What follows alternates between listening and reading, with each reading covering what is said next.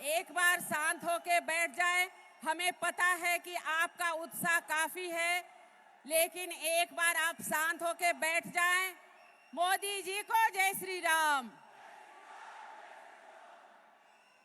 एक बार शांत होके बैठ जाए। आदरणीय हमारी माताएं बहनें भाई बंधु से हाथ जोड़ के आग्रह, आप बैठ जाएं। रोशन हो गई पेशम की धरती आपके आने से। रोशन हो गई आपकी धरती, पेशम की धरती आपके आने से। यूं ही आते रहिएगा आप किसी किसी बहाने से। मैं आदरणीय बाबूलाल मरांडी जी प्रदेश के अध्यक्ष से आग्रह करती हूं कि आप अंग वस्त्र और मोमेंटो देके यशस्वी प्रधानमंत्री जी का सम्मान करें।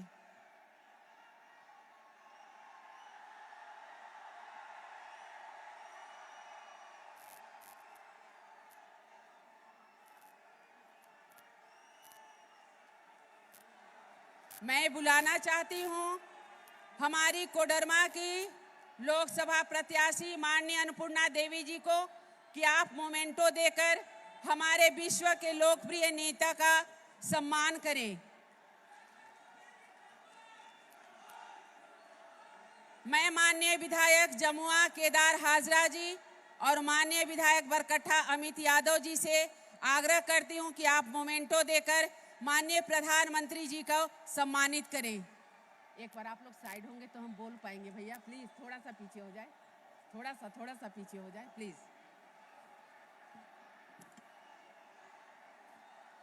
दुनिया में भारत का परचम लहराने वाले उन्हीं को जी, विकास का कीर्तिमान स्थापित करने वाले, मां भारती के चरणों में अपना सर्वस्व न्यौछावर करने वाले, गरीब कल्याण से लेकर चंद्रयान तक की सफलता को लेकर प्रतिबद्ध रहने वाले यशस्वी प्रधानमंत्री, जन जन के नेता आदरणीय श्री नरेंद्र भाई मोदी जी को मैं अपने आशीर्वचनों के लिए आमंत्रित करती हूं। आप अपने आशीर्वचनों से अनुग्रहित करें।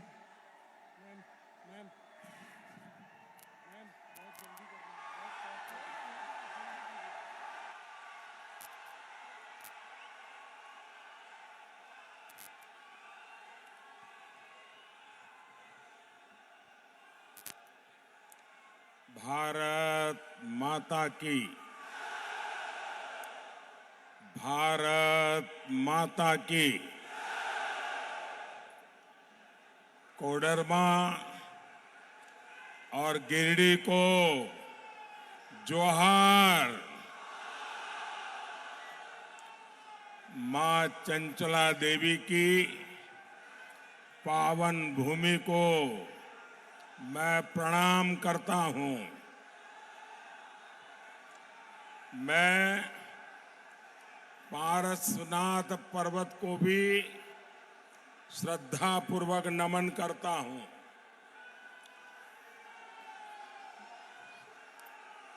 हम बचपन से एक नाम हमेशा सुनते आए। जब रेडियो का जमाना था, झुमरी तलैया। झुमरी तलैया का नाम पूरा हिंदुस्तान जानता है। मैं तो देशवासियों को कहूंगा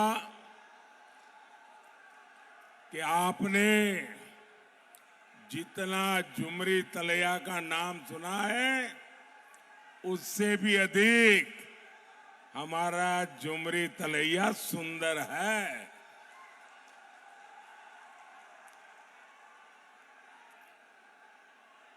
बेटे आप बैठे आओ, थक जाओगे बेटा, थक जाओगे। भाई कोई इस बच्चे ने एक तस्वीर बना के लाया है, जरा एसपीजी के लोग ले लेना।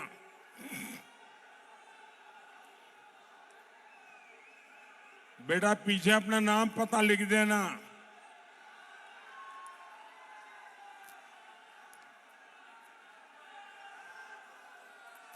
भारत माता की, भारत माता की। मैं सीधे काशी से आपके बीच आ रहा हूं। मुझे आने में विलंब हुआ, इसलिए आप सब मुझे क्षमा करें। और मुझे बताया गया कि आप में से बहुत लोग सुबह 8:30 बजे आके बैठ गए थे।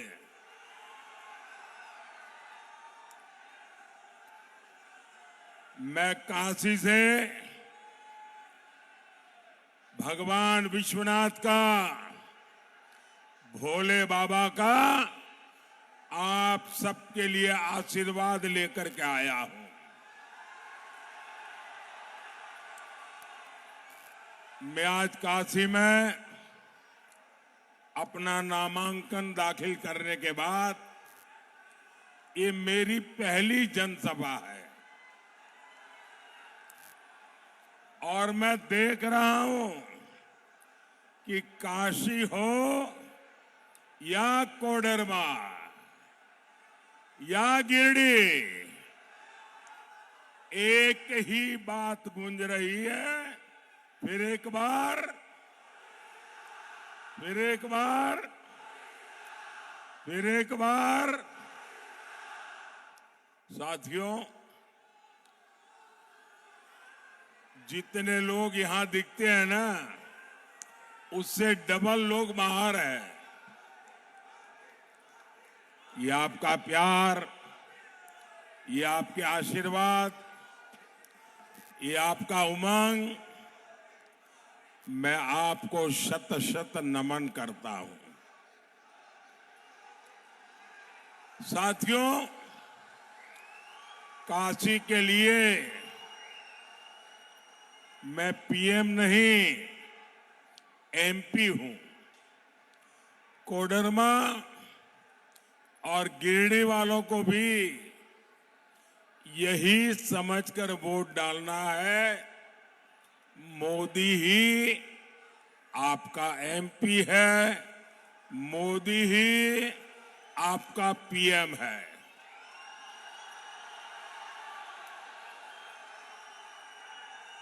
कोडरमा से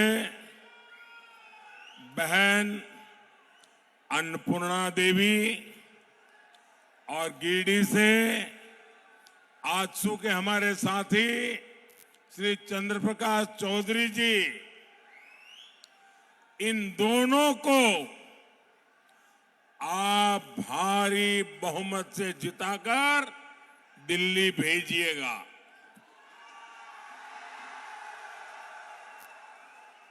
आपका एक एक वोट देश में तीसरी बार मोदी की मजबूत सरकार बनाएगा। इनके अलावा आपको दिलीप कुमार वर्मा जी को, जो गांडे विधानसभा से चुनाव लड़ रहे हैं, उनको भी जिताना है। साथियों, जब एक मजबूत सरकार होती है तो वो सबसे पहले देश का हित देखती है, देश के लोगों का हित देखती है। लेकिन जब देश में कांग्रेस जैसी कमजोर सरकार होती है तो वो देश को भी कमजोर कर देती है। ऐसी कमजोर सरकार कभी भी देशवासियों का भला नहीं कर सकती। कोडरमा और इस क्षेत्र के लोगों को इन्होंने दशकों तक कमजोर सरकारों का रवैया देखा है। कांग्रेस की कमजोर सरकारों ने देश को नक्सलवाद की आग में झोंक दिया और नक्सलवाद ने देश का बहुत नुकसान तो किया ही किया, लेकिन मेरे देश के अनेक माताओं को, उनके सपनों को कुचल डाला है। जो बेटे नक्सलवाद की राह पर जाके बंदूक उठा रहे थे, उन्होंने खुद को तो बर्बाद कर दिया, उस परिवार को बर्बाद कर दिया और उस मां को जिंदगी भर रोते रहने के लिए मजबूर कर दिया। इस आग में वामपंथियों ने भी अपनी रोटियां सेकी। ये भाजपा की सरकार है जिसने देश में नक्सली हिंसा पर लगाम लगाई। मोदी को चुनौतियों को टालना नहीं, मोदी को टकराना आता है। और जब फौलादी हौसला हो, जब हौसला फौलादी हो, तो बड़े से बड़ी चुनौती भी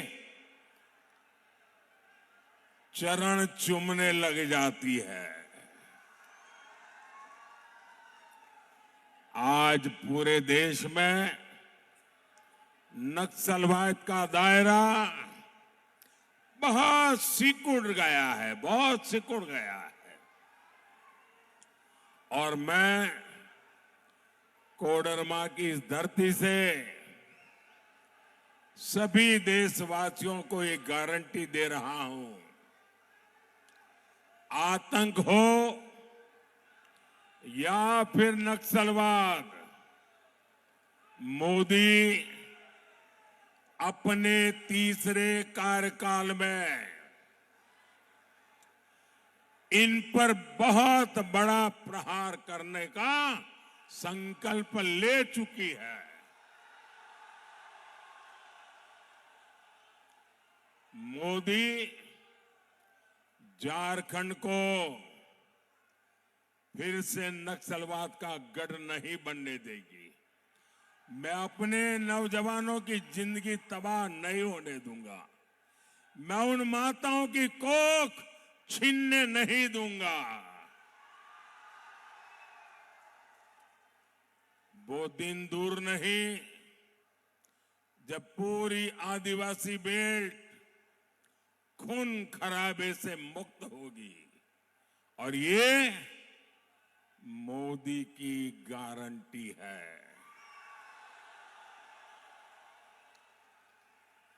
साथियों, आज आपने टीवी पर देखा होगा, कल रात को टीवी पर देखा होगा, इस पूरे चुनाव में अगर कोई पूछे मुझे कि मोदी जी सबसे संतोषजनक बात क्या लगी, तो मैं कहूंगा कल श्रीनगर में जो मतदान हुआ है, लोकतंत्र के प्रति जिस प्रकार से श्रद्धा व्यक्त की गई है, भारत के संविधान प्रति जो मोहर लगाई गई है, दशकों बाद श्रीनगर में चुनाव का उत्सव था। दशकों बाद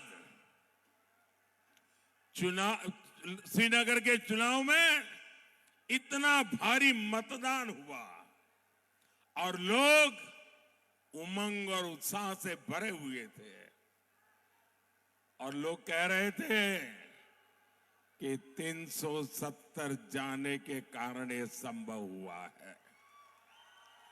लोग कह रहे थे मोदी के आने के बाद संभव हुआ है। इस एक घटना से ये बात साफ हो जाती है कि मोदी के काम की दिशा सही है। और मोदी के प्रयास सही परिणाम लाते हैं, ये श्रीनगर का कल का मतदान पूरे देश के लिए संतोष का, उमंग का, उत्साह का अवसर है।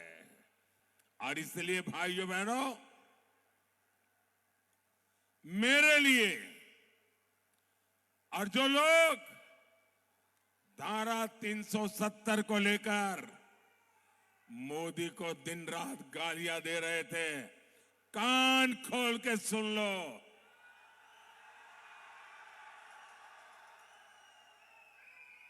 ये धारा 370 की दीवार हटी है,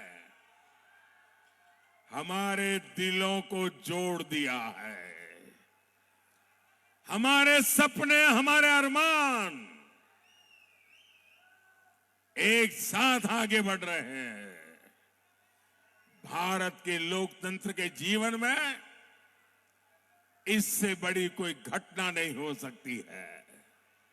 साथियों, जब मैं देश हित में इतने सारे काम कर रहा हूं, तो जामुमो कांग्रेस और आरजेडी वाले बौखलाए हुए हैं, संतुलन खो चुके हैं।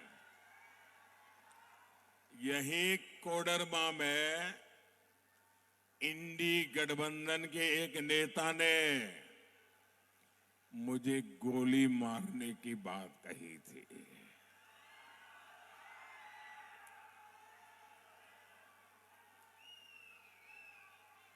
ये जो गोली मारने के सपने देख रहे हैं ना, जो मोदी के कब्र खोदने के सपने देख रहे हैं,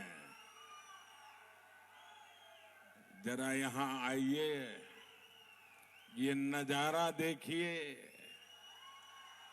ये माताओं बहनों का प्यार देखिए। ये गोली मारने वालों, यही मेरा सुरक्षा कवच है, यही मेरा सुरक्षा कवच है। यही लोग मोदी को जीने की ताकत देने वाले लोग यहां बैठे। और जिस मोदी को गरीब से गरीब, अबाल वृद्ध सहित, माता बहन सहित जब रक्षा कवच बन जाता है ना, तो मोदी को तो अमरत्व प्राप्त हो जाता है, अमरत्व प्राप्त हो जाता है। साथियों, मैं किसी राजघराने में पैदा नहीं हुआ हूं, मैं किसी शाही परिवार में पैदा नहीं हुआ हूं, और न ही मेरे पिता किसी गांव के चुनाव में प्रधान भी बने हैं। मेरे परिवार का कोई चुनाव तक नहीं लड़ा है। मैं गरीब मां का बेटा हूं। चाय बेचते बेचते यहां पहुंचा हूं, और आपने मुझे पहुंचाया है। और इसलिए किसी को अच्छा लगे, किसी को बुरा लगे, मैंने गरीबी देखी है, मैं गरीबी को जिया हूं, और जो मुसीबतें मैंने झेली हैं, मैं मेरे देश के गरीबों को उससे मुक्ति दिलाना चाहता हूं। और इसलिए मोदी का मंत्र है, वंचितों को वरीयता। जिन्हें पहले कोई पूछता तक नहीं था, मोदी उन्हें पूजता है, भक्ति भाव से पूजता है। पहले आपके इलाज की, सस्ते इलाज की किसी ने चिंता नहीं की, हमारे परिवारों में तो अगर कोई मां बीमार हो जाती है, कितनी ही पीड़ा क्यों न हो, वो कभी घर में किसी को बताती नहीं है। वो दर्द सहती है, पीड़ा सहती है। एक मिनट भैया प्लीज मुझे बोलने दीजिए। वो दर्द सहती है, पीड़ा सहती है, लेकिन अपने परिवार में किसी को अपनी बीमारी के विषय में बताती नहीं है, क्योंकि उसके मन में एक ही भाव रहता है कि अगर परिवार में सबको बीमारी का पता चल जाएगा तो इलाज कराने का खर्चा कहां से लाएंगे। ये लोग कर्ज में डूब जाएंगे। अरे मैं 2-4 साल मुसीबत झेल लूंगी फिर चली जाऊंगी, लेकिन मैं बच्चों को कर्जदार नहीं बनाना चाहती। मेरे देश की हर माता यही सोचती है। लेकिन माताएं बहनें, अब आपको दर्द छिपाना नहीं है, अब आपको पीड़ा नहीं सहनी है। अब दिल्ली में आपका बेटा बैठा है।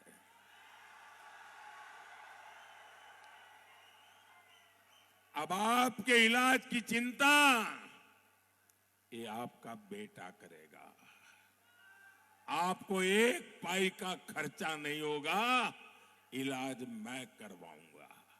मैंने देश भर के मेरे गरीब भाई बहनों को कहा है, भाइयों बहनों, मैंने देवघर में एम्स बनवाया, हिंदुस्तान का बढ़िया से बढ़िया अस्पताल।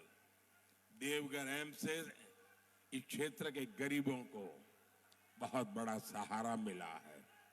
मोदी ने उन्हें अस्पताल में 5 लाख रुपए तक मुफ्त इलाज की सुविधा दी है। हर गरीब का सपना होता है उसके पास पक्का घर हो।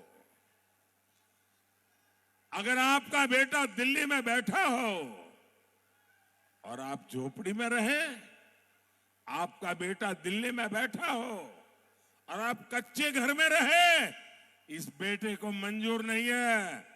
मैं हर गरीब परिवार को पक्का घर देना चाहता हूं। अब तक 4 करोड़ परिवारों को पक्के घर दे चुका हूं और तीसरे टर्म में आऊंगा। जो बच गए हैं ना, उनको भी पक्का घर दे के रहूंगा। ये मोदी की गारंटी है। मोदी ने कोडरमा, गिरिडीह में गरीब परिवारों को 1.25 लाख से ज्यादा पक्के घर बना के दिए हैं।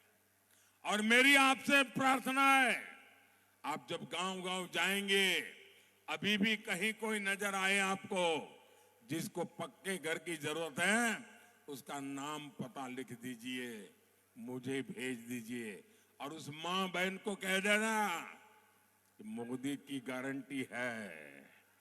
तीसरी बार जब आएगा तो आपका घर भी पक्का हो जाएगा। मेरे लिए आप ही मोदी है, गारंटी दे देना। 7-8 साल पहले तक यहां करीब 2 लाख घर ऐसे थे जहां बिजली नहीं थी। मोदी ने अब उनके जीवन से अंधेरा दूर किया है, उनका घर रोशन किया है। मुफ्त राशन की योजना से भी यहां लाखों परिवारों को फायदा पहुंच रहा है। आज इतने साल हो गए, 80 करोड़ लोगों को मुफ्त में राशन मिल रहा है। मेरे पहले सोनिया बहन की एक रिमोट वाली सरकार चलती थी 10 साल पहले। उस समय के प्रधानमंत्री को पूछा गया कि आपके पास अनाज बिक रहा है, सड़ रहा है, आप गरीबों को क्यों नहीं देते? उन्होंने कहा मैं गरीबों को इतना दे नहीं सकता हूं, हमारे पास इतना नहीं है। जब आपका बेटा वहां बैठा ना, भूख क्या होती है वो मैं जानता हूं। और बच्चे भूखे होते हैं तो मां रात भर आंसू पीती रहती है, वो मैंने देखा है। और इसलिए मैंने तय किया, मैं गरीब का चूल्हा बुझने नहीं दूंगा। मैं गरीब के बच्चों को भूखे सोने नहीं दूंगा। और इसलिए 80 करोड़ लोगों को मुफ्त इलाज पहुंच रहा है। और मेरे भाइयों बहनों, लिख के रखिए, तीसरी बार आने के बाद अगले 5 साल भी मुफ्त राशन मिलता रहेगा। 4 लाख परिवारों का भी यहां पीने का शुद्ध पानी मिल रहा है। यहां लाखों किसानों को पीएम किसान सम्मान निधि का भी लाभ मिल रहा है। गरीब का ये बेटा आपके जीवन से हर परेशानी को समाप्त करने में जुटा है। और इसलिए मुझे आपका आशीर्वाद चाहिए, ताकि जो छूट गए हैं मैं उन लोगों तक भी मेरी ये सारी कार्यक्रम योजनाएं सुविधाएं पहुंचा सकूं। साथियों, जब दिल्ली में कांग्रेस जेएमएम लेफ्ट की सरकार थी, तब खनिज संपदा से निकला पैसा उस क्षेत्र को नहीं मिलता था, सीधे सरकार के खजाने में और कुछ चोरों के जेब में चला जाता था। यहां तो अभ्रक की कितनी सारी खदानें रही हैं, आपको क्या मिला? कोडरमा और गिरिडीह, उसको भी नाम मात्र के लिए कुछ मिल गया है तो मिल गया। मोदी ने कहा ऐसा नहीं चलेगा। मोदी ने नई नीति बनाई, हमने डिस्ट्रिक्ट मिनरल फंड बनाया। अब मैंने तय किया है कि जिस जिले से खनिज संपदा निकलती है उसका एक हिस्सा उस जिले के लोगों की भलाई के लिए, उस जिले के विकास के लिए खर्च होना चाहिए। और इस योजना के तहत झारखंड को अब तक 12,000 करोड़ रुपए मिल चुके हैं। कोडरमा और गिरिडीह, उसको भी करीब 60 करोड़ रुपए उससे मिले हैं। ऐसे काम तभी होते हैं जब आपके लिए संवेदनशील हो ऐसी सरकार हो, आपकी परेशानियों के प्रति जो खुद परेशान होता हो, जिसको आपकी परवाह हो, तब होता है। भाइयों बहनों, मैंने लाल किले से कहा था और मैंने डंके की चोट पे कहा हुआ है, छुपा करके नहीं कर रहा हूं। मैंने कहा था मैं भारत को भ्रष्टाचार, परिवारवाद और तुष्टीकरण से मुक्त होना के लिए अपना जीवन खपा दूंगा। जेएमएम, कांग्रेस, लेफ्ट, इंडी गठबंधन इन सारी बुराइयों का सबसे बड़ा मॉडल है। आपने देखा यहां कांग्रेस के एक मंत्री के कर्मचारी और कर्मचारी का नौकर, उसके घर में से नोटों के पहाड़ निकल रहे। भाई, ये नोटों के पहाड़ इतने बड़े हैं कि गिनते गिनते मशीन हाँफ जाती है। मशीन, मैंने तो मेरे जीवन में कभी नोटों का ऐसा ढेर आंखों के सामने देखा नहीं, पहली बार टीवी पे देख रहा हूं। इसके पहले कांग्रेस के सांसद के घर से नोटों के पहाड़ निकले, ये भी पूरे देश ने देखा। मुझे बताइए, ये सारे जिनके यहां से पैसे निकल रहे हैं, ये किसके करीबी है? अफसरों के घर से पैसे निकले, वो भी उनके खासम खास। नेताओं से यहां निकले पैसे, वो भी उनके खास। नौकरों से पैसे निकले, वो भी उनके खास। मतलब ये इनके सिर पर किसका हाथ है भाई? यही तो लोग है ना।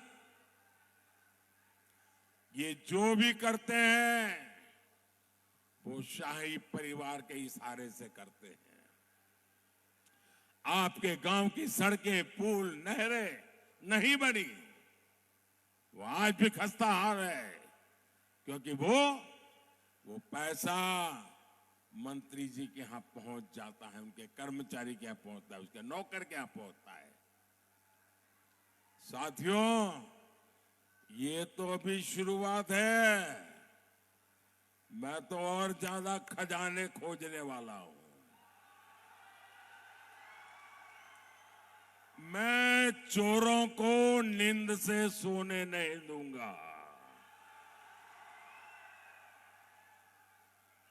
मैं उनकी नींद तो उड़ा दूंगा, उनके खजाने भी खाली करके रखूंगा। ये पैसे आपके हैं, इन पैसों के मालिक आप हैं। कोई चोरी लूट नहीं कर सकता है। मोदी इन पर कड़ी कार्रवाई कर रहा है, और इसलिए ये मोदी को गोली मारने की बातें करते हैं, मोदी को गोली गालियां देते हैं।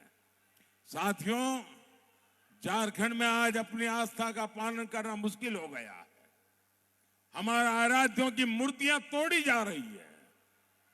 जिहादी मानसिकता वाले घुसपैठिए झुंड बनाकर हमला कर रहे हैं। झारखंड सरकार आंखें मूंद करके बैठी है, पीछे से समर्थन कर रही है। इन घुसपैठियों ने राज्य में हमारी बहनों बेटियों की सुरक्षा को खतरे में डाला हुआ है। क्या झामुमो कांग्रेस आरजेडी वालों को आपका एक वोट भी मिलना चाहिए क्या? उनको कहीं पर भी जगह मिलनी चाहिए क्या? हर बूथ में से उनका पराजय होना चाहिए कि नहीं होना चाहिए? भाई और बहनों, इंडी गठबंधन वालों का तुष्टीकरण का खेल अब चरम पर पहुंच चुका है। ये लोग पहले जो पर्दे के पीछे करते थे, वो आज सामने आकर के कहने लगे हैं। अब ये खुलेआम कह रहे हैं कि मोदी के खिलाफ वोट जिहाद करेंगे, वोट जिहाद। भाइयों बहनों,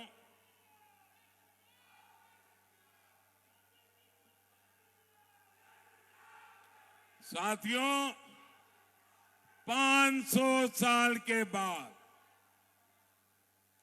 500 साल के बाद अयोध्या में हमारे राम जी भव्य मंदिर में विराजमान हुए।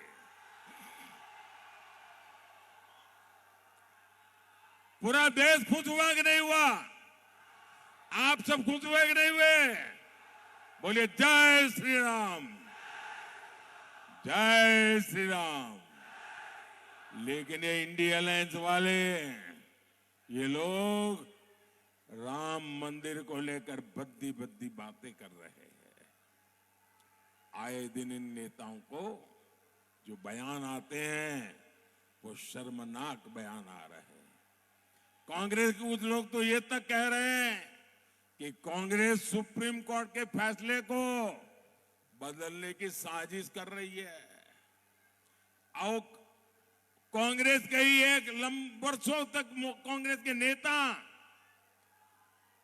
वो आजकल कह रहे हैं कि कांग्रेस ने तो तय कर लिया है कि अब रामलला को फिर से टेंट में भेजेंगे। क्या आप रामलला को टेंट में जाने देंगे? क्या देश में ऐसा पाप उनको करने देंगे? रामलला भव्य मंदिर में रहेंगे कि नहीं रहेंगे? ये कहते हैं राम मंदिर को ताला लगा देंगे। भाई और बहनों, मोदी की नीति एकदम साफ है।